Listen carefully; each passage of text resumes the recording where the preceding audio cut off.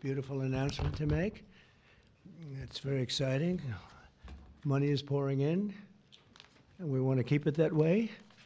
And I think that's what's going to happen. We have tremendous interest in our country, more than ever before. There's never been anything like it.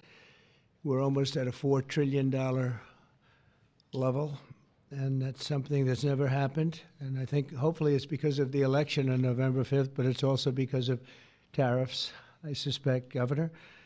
But I'm thrilled to welcome Louisiana Governor Jeff Landry, a friend of mine for a long time, and to have you at the White House. And we thought this was going to happen, and I said, if you get it signed up, we'll do it at the White House, and you got it all done. I'm proud of you.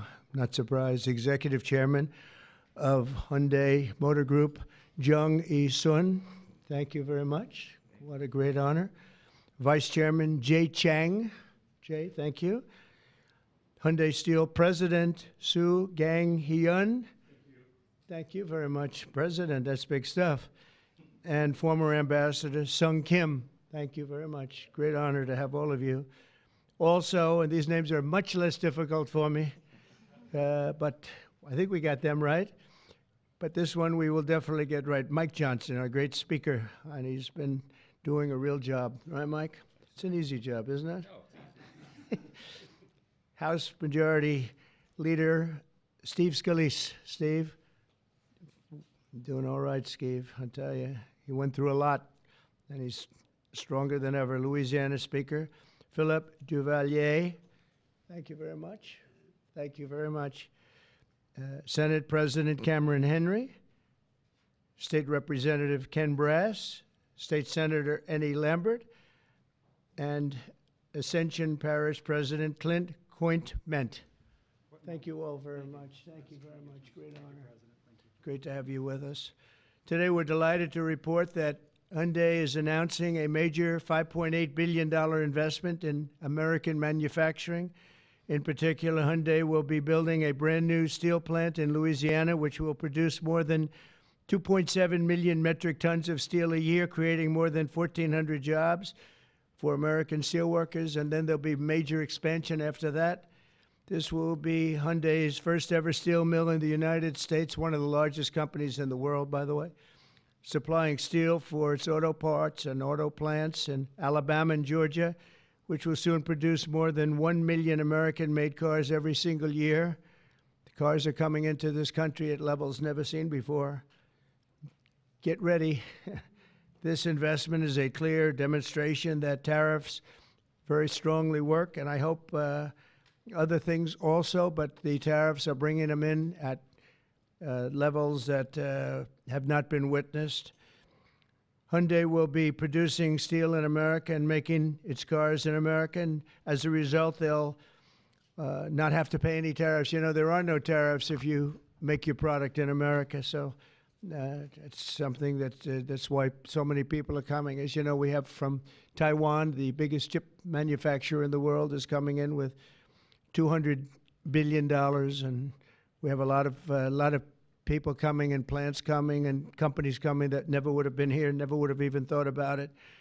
The new steel plant in Louisiana is part of an even larger $21 billion investment Hyundai will be making in the United States over the next couple of years. The company will also be massively increasing its auto manufacturing in Georgia and investing billions of dollars in advanced American technology companies. And what I'd like to do is I'd like to ask the executive chairman to say a few words, and it's a great honor to have Hyundai, a truly great company. Thank you very much. Thank you very much.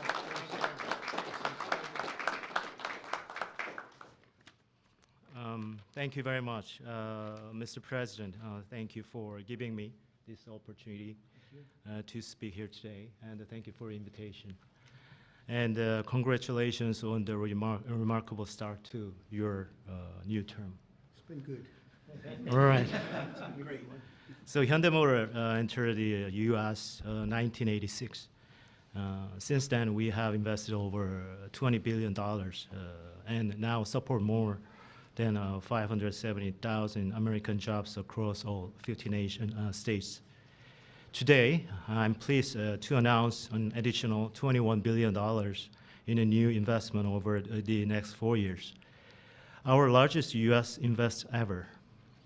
A key part of this commitment is our $6 billion investment to strengthen the U.S. supply chain from steel and parts to automobiles. We are especially excited about Hyundai Steel's multi-billion investment in a new facility in Louisiana, which will create 1,300 American jobs and serve as the foundation for a more self-reliant and secure automotive supply chain in the U.S. To mark this milestone, we are honored to visit President Trump alongside Governor Landry and Speaker Johnson and Leader Scalise, deepening our partnership with the United States and reinforcing our shared vision for American industrial leadership. And this week, we are also proud to open our new $8 billion auto plant in Georgia. With this, our U.S. vehicle production will exceed 1 million units per year, as President mentioned. Our decision to invest in Savannah, Georgia, creating more than 8,500 American jobs, was initiated during my meeting with President Trump in Seoul in 2019. That's right. Yeah, and after that, 2020 in Davos, I mentioned about the new plant. So American Jobs was initiated during at the time. Now, as we proudly mark the completion of this transformative project in coincides with the beginning of President Trump's second term, making this moment even more special. Thank you. Yeah. Furthermore, HMG will purchase $3 billion worth of U.S. LNG to support America's energy industry and enhance our energy security. All of these efforts will accelerate the localization of our supply chain in the U.S., expand our operations, and grow our American workforce. With your leadership, Mr. President, Hyundai Motor Group is proud to be a stronger partner in America's industrial future. I'd like to personally invite you to visit one of our state-of-the-art manufacturing facility and see firsthand our commitment to the United States and our American workers. Right. So thank you to our American partners and employees and communities. We are really proud to stand with you and proud to build the future together. Thank you. Well, thank you very much. I thought maybe we have our great speaker, and we have two very good friends, Mike and Steve, and you come from a certain state that we're talking about right now that we love, and I've done very well there. I've always won by a lot. I love that state, so I was happy to hear about it. That's why I said, come on over. But Mike, would you and Steve like to say a few words, please? Sure. Thank you, Mr. President. We're excited. It was mentioned earlier what a great start we've had to your second term, and we're just getting started. Everyone should know that. There'll be more of this because it's the policies that are bringing about the great growth, and it's about leadership. And we have a strong new leader back in the White House, and it makes a big difference because everybody around the world is seeing that, and everyone around the country is applauding it.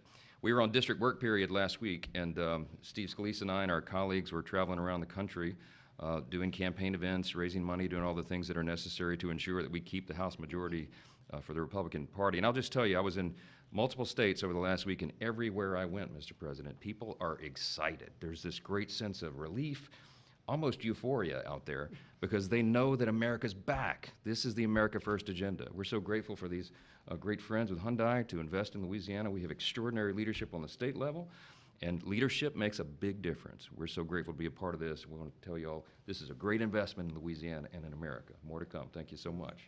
Steve? Well, thank you again, Mr. President, for opening up the White House to this great group. Governor Landry has brought the same kind of energy to the governor's mansion in Louisiana that President Trump has brought to the nation in the White House. You know, some people marvel at President Trump's stamina. Over the weekend, both Saturday and Sunday, we spoke by phone on some different legislative initiatives that we're working on with Speaker Johnson to continue moving the agenda forward. Those very things that President Trump ran on, he's delivering for the American people. And this announcement by Hyundai is one more example of how that agenda that President Trump ran on to make America first again is working for the American people. When you talk about 1,300 plus really good jobs in Louisiana, those are all American workers. That's billions of investment coming in from Hyundai into the United States that would not have been here without President Trump's leadership. And I think people know that, they see it. It's been a long time coming, but we applaud the work that Hyundai is doing with Governor Landry to come to our state. But for President Trump, we're seeing this all across the nation, and we're just getting started. A lot more to come, Mr. President. Thank you. Thank you very much. Do you have any questions, please? Yeah, please. The size of the investment, partly because of tariffs. On April 2nd, the reciprocal tariffs will go into effect. Is it truly reciprocal? Are there some countries that might get a break or some sectors that might get a break? Well, I may give a lot of countries breaks, but it's reciprocal, but we might be even nicer than that. You know, we've been very nice to a lot of countries for a long time, but I call it Liberation Day. April 2nd is Liberation Day. But today, as you know, we did something with respect to Venezuela. You heard about that, and that will be quite important. We'll be announcing some additional tariffs over the next few days, having to do with automobiles, cars, and having also to do a little bit with lumber down the road, lumber and chips. We're going to get all those chip companies coming back. They're already coming back without even doing it. So it's been very good. But we'll be announcing some others. But for the most part, April 2nd will be a big day. That'll be reciprocal day. And we'll be bringing some of the money back that's been taken from us. Let's be nice by using the word taken.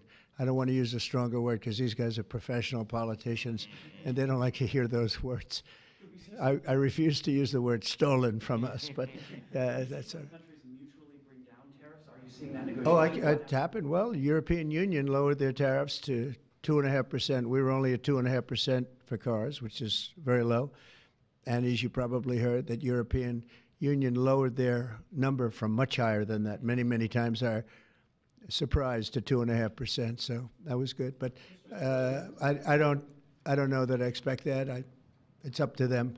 But we have reciprocal tariffs. Mr. President, your reaction to the story in the Atlantic that said that some of your top cabinet officials and aides had been discussing very sensitive material through Signal and included an Atlantic reporter for that. What is your response to that? I don't know anything about it. I'm not a big fan of the Atlantic. To me, it's a magazine that's going out of business. I think it's not much of a magazine, but I know nothing about it. You're saying that they had what? They were using Signal to coordinate on sensitive materials and having to do with what? Having to do with what? What were they talking about? With the Houthis. The Houthis? You mean the attack on the Houthis? Right. Well, it couldn't have been very effective because the attack was very effective. I can tell you that. I don't know anything about it. You're telling me about it for the first time. Anybody else? This announcement on Hyundai, is this a blueprint for you for other automakers to come to the United States to do what Hyundai was doing and investing so much in Louisiana and creating these new jobs? Absolutely. That's a nice question from you. That's a shocking question, how nice it is, huh? That's okay. That's a question that's a good question, actually. Yeah, sure. Hyundai's a great company. We have other great companies coming in, and we have some that are going to be staying here and very much expanding. And we have tremendous interest in every business. I can't just say automobiles, but automobiles is a big one. And yeah, this is the beginning of a lot of things happening. We've had, as you know, Apple's announced a $500 billion investment, and other companies have announced $250, $300 billion. But we're well into the $3 and $4 trillion mark, which has never happened to our country before. What it really means is jobs. All we care about is jobs, right? We care about quality and quality of life and safety and security, but we care about jobs. And they're going to have we have a lot of people coming in. Governor Landry, if I may, Governor Landry, I would love to ask Governor Landry a question, if you don't mind. How did you convince Hyundai to come to your great state? How did you convince them to come to Louisiana? It was easy. I told him we were going to have a great president this year, right? Look, again, I think that this is Americans seeing the America First policy in action, right? It's not just promises, it's about action. And not only and I appreciate their patience, because all last year, many of these legislators, the Speaker and the Senate President, we worked on making Louisiana as friendly for business as the president's making America. We worked on public safety. We worked on education reform, which the president's been working on. We worked on tax reform, historic tax reform. And what I can tell you is to echo what the president said, in Louisiana right now, I believe before the summer's over, we'll have $50 billion worth of construction projects going on in Louisiana. That is a record, Mr. President. It has never happened under any other president, under any other administration. And I can only look at the leadership that he has brought, not only to the White House, but to the world as well. And so to have these executives come here and say, hey, we want to invest in America, because for decades now, what Americans have seen is jobs being offshored rather than onshored. And today's announcement is exactly that. This is a message for all America that this president and their governors out there care about the American worker. Mr. President, on your Venezuela tariffs, sir, and I have to tell you that if you have any trouble getting permits, which you won't, come see me. I'll get them for you immediately. All right? But you're not going to have any trouble. You know, we had, when I first got involved in this world of politics, when I went down to Louisiana, you know, the two big LNG plants, and they were stuck for 14 years. They tried to get permits, and these were $12 billion and I think $15 billion plants. And they were working on it for 14 years in one case, I think 13 or 14 in the other. And I was able to get them in less than a week. And they were shocked. And probably some consultant got a lot of money for doing it, but nobody spoke to me about it, other than this gentleman at the time. He mentioned it, and he did. They were in very much different positions, but they wanted to see if we could break the logjam. And I got it done in one case, I actually got it done in one day. And the other case, I didn't do as well. It took a full week. And they built, and they're up, and they're very successful now. That was a long time ago, but we got it done immediately. You'll have no trouble getting your permits, I guarantee. These people you're dealing with are top of the line. Okay? But just in case, call me. On the Venezuela tariffs that you announced earlier today, sir, Yes. you said it's 25% for any country that does business That's with right. Venezuela. If they Is buy their oil from Venezuela, they have to pay a 25% tariff to do business with the United States. that on top of existing tariffs? So, for example, China buys Yes, a lot of that oil. would be on top of it for existing. 45% That would tariffs mean, on China yep, next week. that's on top of existing tariffs, yes. And so also next week, April 2nd, as you said, Liberation Day. Is that going to be sector tariffs as well as reciprocal tariffs? It's going to Or be just- everything, yeah. It's going to be everything, but not all tariffs are included that day. For instance, we'll do some, as you know, we have already done steel and aluminum, and that's at a 25% level. And we are going to be doing automobiles, which you've known about for a long time. We'll be announcing that fairly soon, over the next few days probably. And then April 2nd comes, that'll be reciprocal tariffs. But we may take less than what they're charging because they've charged us so much. I don't think they could take it. In other words, they've charged us so much that I'm embarrassed to charge them what they've charged us. But it'll be substantial. And you'll be hearing about that on April 2nd. And it will be Liberation Day because we'll be taking in large amounts of money for our country, and that's lower taxes and all of the things that are good, and jobs, a lot of jobs. And what's your message to the big corporate clients of the big law firms that you've targeted with your executive orders? Do you want those big corporate clients to find new lawyers? I just think that the law firms have to behave themselves, and we've proven that. We have others that want to make a settlement also. They, having to do with the election and other things, they behave very badly, very wrongly, and I appreciate the one, you know, these are the biggest firms, and they all came back realizing that they did wrong, and that's why they're doing this. So I just think they have to behave. We have to straighten out our country. We have to straighten out our elections. Our elections are very dishonest, very corrupt, and we have to straighten it out. And it's so easy to do it. And we should go to paper ballots. We should go to one-day voting. We should go to voter ID. And just one other thing, proof of a thing called citizenship in the United States. Wouldn't that be nice? How simple does that sound? Proof of citizenship, voter ID, one-day voting, and paper ballots. You know, paper ballots are very secure. They have watermark paper. It's very intricate stuff. It's very technologically advanced, even though it's paper. And you'd have no trouble. You wouldn't have dishonest elections. And you'd have them all done by 10 o'clock in the evening. You know, France went to that, and not that I want to copy anybody, but many others have also, and they had 38 million votes, and it was all done at 10 o'clock. They had a winner, they had a loser, that was it. Nobody was complaining. And they had it backed up with paper, and it's so easy to do. The other thing, you'd save about, this would cost you about 8% of what the machines cost. So the paper would be much less expensive. So if you're looking to save some money, that's a good way to save it. So it's a shame that we've gone through it. We've gone through a bad election, really bad election. The election was so bad. And think of it, you wouldn't have had the October 7th disaster with Israel. You wouldn't have had Russia and Ukraine, because that would have never happened. You wouldn't have had inflation. You wouldn't have had the type of withdrawal from Afghanistan that you witnessed, which was probably one of the primary reasons that Russia went into Ukraine. They saw that mess, how badly it was handled. They said, wow, this is a paper tiger that was handled by incompetent people. But that wouldn't have, we would have been out, but we would have kept Bagram, the big air base, which is 1 hour away from China where they make their nuclear weapons. Would have been nice to have it, but now, you know who has it now? China has it. And so an honest election, and we wouldn't have had inflation. You know, you had the record-setting inflation. We wouldn't have had inflation. I want to thank everybody for being here. I want to congratulate Hyundai, a great company, and we will do everything possible. And I will say you picked a fantastic state. Really with tremendous people and tremendous leaders. And Speaker, I want to thank you for doing a great job. You and Steve, thank you very sir. much. Yes, Appreciate sir. it, Steve. Thank you very much. Thank you. Thank you, everybody. Thank you. May have violated the Espionage Act, sir? Thank you very much, everybody. If you get a briefing on that, would you let us know, please? Thank you.